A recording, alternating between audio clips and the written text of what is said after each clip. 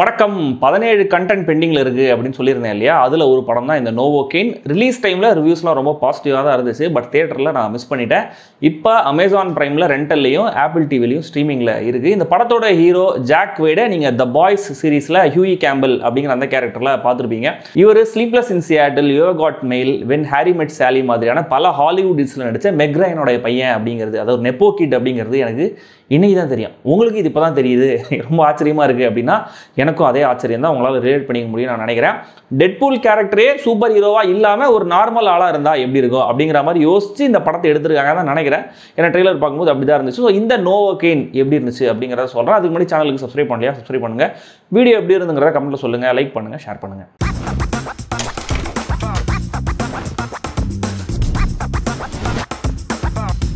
Novocaine, Nathan gain தான் jack wait. சாண்டியாகோவில் ஒரு trust credit யூனியனில் ஒரு பேங்க் மாதிரியான ஒரு இடத்துல அசிஸ்டன்ட் மேனேஜராக இருக்காரு. படம் ஆரம்பித்த கொஞ்ச நேரத்திலேயே இவருக்கு congenital insensitivity to pain with அனிஹெட்ரோசிஸ் அப்படிங்கிற ஒரு வித்தியாசமான கண்டிஷன் இருக்குங்கிறத நம்மளுக்கு சொல்லிடுறாங்க. அதாவது இவருக்கு பிரெயின் வலியை ப்ராசஸ் பண்ணாது. ஸோ இவருக்கு வலினா என்னன்னே தெரியாது, அதுக்கு க்யூரும் இல்லை. அப்படிங்கிறதுனால ரொம்ப ரெஸ்ட்ரிக்டடான கட்டுப்பாடுகள் நிறைஞ்ச வாழ்க்கையை தான் சின்ன வயசுலேருந்தே வாழ்ந்துட்டு வராரு. சரியான இன்ட்ரோவர்ட் வேற. அவருடைய ஆஃபீஸில் புதுசாக ஜாயின் பண்ணியிருக்கிற ஷெரி மேலே நேத்தனுக்கு ஒரு க்ரஷ் இருக்குது.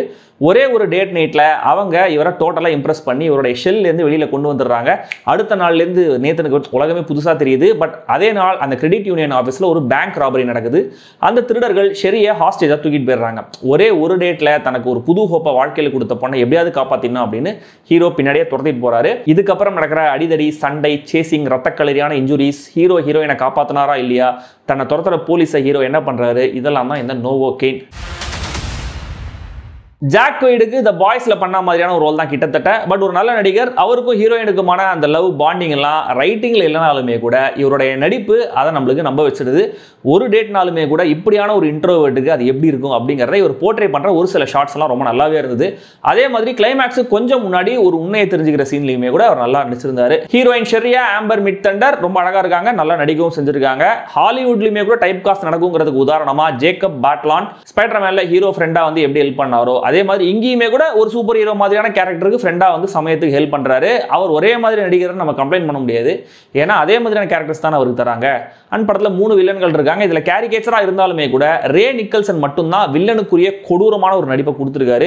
ஹீரோவோட டெட்லியாவும் தெரியாரு பாக்குறதுக்கு. அந்த வகையில் ஒரு நல்ல காஸ்டிங். இந்த படத்தை விக்கிபீடியால ஆக்ஷன் காமெடின்னு போட்டிருக்காங்க. ஆக்சுவலா இதை பாடி ஹாரராகவும் டிஃபைன் பண்ணலாம்னு நினைக்கிறேன். ஏன்னா அவ்வளவு தூரம் உடம்போட பல பாகங்கள் டிசைனா அடிப்படுது, ஓட்ட போடுறாங்க, கொதிக்கிற எண்ணெயில கையை வச்சு தோலெல்லாம் வெந்து போறது, காலில் ஒரு அம்பு இந்த பக்கம் குத்தி அந்த பக்கம் வெளியே வருது, ஃபிஸ்ட்டை மடக்கி கண்ணாடியில குத்திக்கிறது, எலும்பு உடஞ்சு கை தனியா தொங்குறதுன்னு இப்படியான கொடூர வயலன்ஸுக்கான ஃபெட்டிஷாவே இப்படி ஒரு படத்தை எடுத்திருக்காங்களோன்னு சந்தேகப்படுற அளவுக்கு அவ்வளவு கோரமான கோர். வலி ஃபீல் ஆகாத ஹீரோ தன் கேர்ள் ஃப்ரெண்டை காப்பாற்ற டேஞ்சரஸான சில ராபர்ஸை துரத்திட்டு போறாரு. இவ்வளவுதான் லைன். இதுல ஹீரோயினை தேடி ஒவ்வொரு இடமா போறது, ஒவ்வொரு இடத்துலையும் ஒவ்வொரு வகையான வில்லன், அவங்களோட செம்ம வயலண்டான சண்டை காட்சிகள், கடைசியில மெயின் வில்லனை ரீச் ஆகிறதுன்னு ஒரு வீடியோ கேம் மாதிரியே திரைக்கதை எழுதியிருக்காரு ரைட்டர் லார்ஸ் ஜேக்கப்சன். இதை கலர்ஃபுல்லான, காமிக்கலான, டிபிக்கல் ஹாலிவுட் ஆக்ஷன் படங்களுக்கான ஒரு மூட்ல, ஒரு டோன்ல ஷூட் பண்ணியிருக்காங்க இயக்குனர்கள் டான் பர்க்கும் ராபர்ட் ஓல்சனும். ஆனால் அதுக்கு மிக்சட் ரிசல்ட்ஸ் தான் கிடைச்சிருக்கு. ஏன்னா இந்த படத்துக்கு நாவலாக இருக்கிறது ரெண்டு ஐடியாஸ் தான். ஒன்று ஹீரோவுக்கான டிசார்டர், அஃப்கோர்ஸ் அதை ட்ரெய்லர்லேயே சொல்லிட்டாலுமே கூட படத்தில் அது எங்கே வருது, அதுக்கான முதல் ஆக்ஷன் சீன்ஸ் எங்கே வருதுங்கிற அந்த பாயிண்ட் வரைக்குமே கூட சுவாரஸ்யம் ஒரு மாதிரி நம்மளுக்கு ஹோல்ட் ஆகுது. பட் சீக்கிரமே அதோடைய மைலேஜ் காலி ஆயிடுது. அதுக்கப்புறம் இன்ட்ரெஸ்டிங்காக அதை வச்சு எதுவும் பண்ணல. வில்லன்கள் ஹீரோடைய கண்டிஷன் தெரியாமல் அவர் அட்டாக் பண்ணுறது, ஹீரோவுக்கு ரணகலமாக அடிபட்டு அவர் வலி ஃபீல் பண்ணாமல் திரும்ப பயந்து அடிக்கிறதுன்னு ஒரே மாதிரியான பேட்டர்னில் தான் காட்சிகள் போகுது. பிளட் ஷெட்டுமே கூட ஒரு பாயிண்ட்டுக்கு மேலே கார்ட்டூனிஷாக தான் இருக்கு. ரெண்டாவது ஐடியா ஒரு ட்விஸ்ட், நிஜமாவே ஒரு அன்எக்ஸ்பெக்டட் ட்விஸ்ட் தான் எனக்கு. பட் அதுவுமே கூட கொஞ்ச நேரம் மட்டுமே நம்மளோட இன்ட்ரெஸ்ட்டை ஹோல்ட் பண்ணுது. இப்படி ஒரு கான்செப்டை கையில் வச்சுக்கிட்டு புதுசா வயலண்டான ஐடியாஸ் எக்ஸிக்யூட் பண்ணதுலேயே ஃபோக்கஸ் பண்ணியிருக்காங்களே தவிர அதை வச்சு ஸ்மார்ட்டாக எதுவுமே அவங்க ஃபீல் பண்ணல, ஃபோக்கஸ் பண்ணல. ஹீரோ வலிக்கிற மாதிரி நடிக்கிற ஒரு சீன் நல்லா இருந்துச்சு. ஜேக்கப் கேரக்டர் வர அந்த ஒரு மொமெண்ட் நல்லா இருந்துச்சு. ட்விஸ்ட் ரிவீல் ஆகிற விதம் நல்லா இருந்தது. பட் ஆல்ரெடி போன கட்டில் சொன்ன பிரச்சனைகளை தாண்டி ஒரு கேரக்டர் திடீர்னு மனசு மாறுறது அவ்வளவு கன்வின்சிங்காக இல்லை. கொஞ்சம் ட்ரான் அவுட்டாக ஃபீல் ஆகிற அந்த கடைசி 20 நிமிஷங்கள் சின்ன படத்தையுமே கூட ரொம்ப லென்த்தியாக ஃபீல் பண்ண வைக்குது. மொத்தத்தில் இந்த நோவோகெயின் படத்தில் வலிமிகா இடங்கள் ஹீரோவுக்கு உடம்பு முழுக்க இருக்கலாம். பட் திரைக்கதையில் அப்படி இல்லை. ஒரு ஓகேவான டைம் பாஸ் ஆக்ஷன் படம், அவ்வளவே. ரொம்பலாம் ஆகாவெல்லாம் சொல்ல முடியல. விருப்பம் இருந்தால் பாருங்க. இதோட அடல்ட்ஸ் ஒன்லி படம். அண்ட் இலகிய மனசு இருக்கிற அடல்ட்ஸ் கூட பார்க்கக்கூடாத படம் தான். ஏன்னா அவ்வளோ வன்முறை இருக்கு. Be careful.